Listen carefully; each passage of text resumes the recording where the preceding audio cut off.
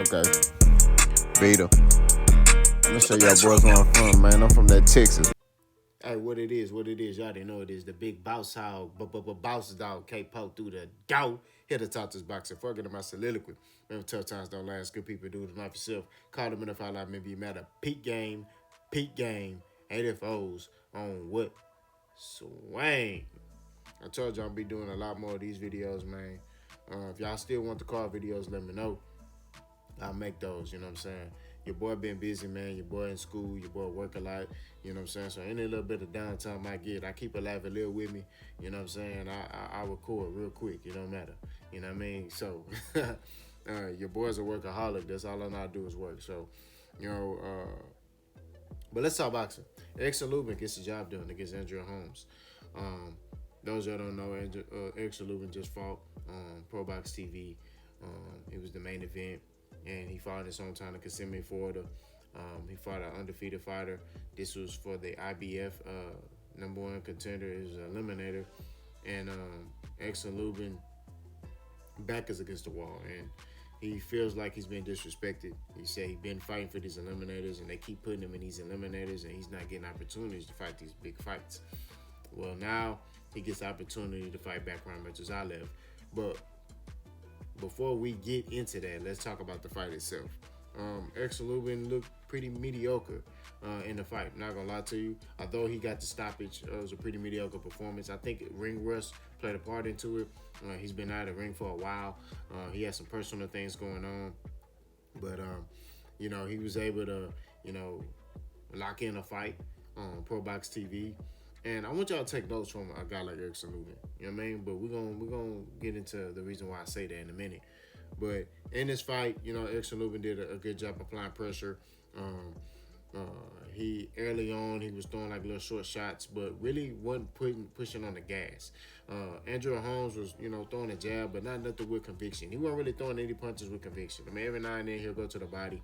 He'll throw a hard shot every now and then, but nothing that could back Erickson Luben up. You know what I'm saying?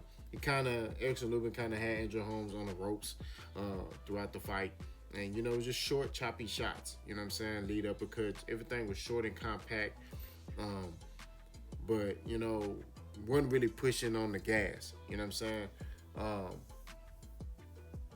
But you saw Ardreal Holmes kind of start breaking down after a while. You saw him start trying to, he wasn't really throwing as much. Luben, there were portions where Luben was just looking at him, and Holmes was looking at him.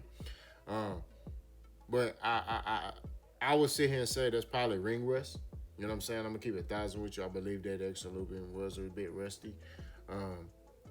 But this is an opportunity for him to shake that off, shake the cobwebs off, and start trying to compete with them top guys. But he cut it on later on in the fight.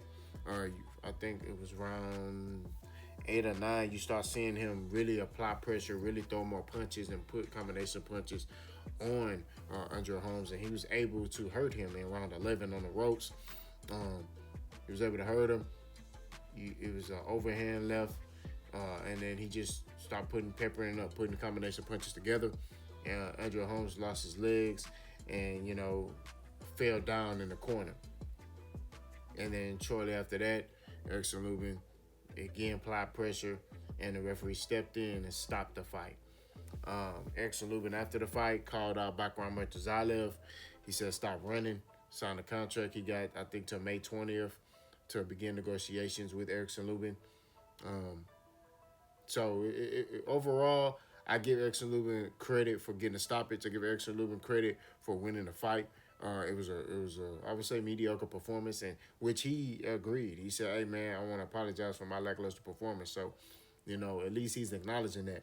But I'm gonna just keep it real. Bakhram Murtazaliev, that's a tall task. I mean, even Paulie Malignaggi and Chris Ejiri and them was like, Bakhram Murtazaliev got nothing to worry about. And I'm not gonna lie to you. Off this performance, he ain't got nothing to worry about. Now, Erickson Luben is a live dog. He's a very dangerous fighter. You know what I mean?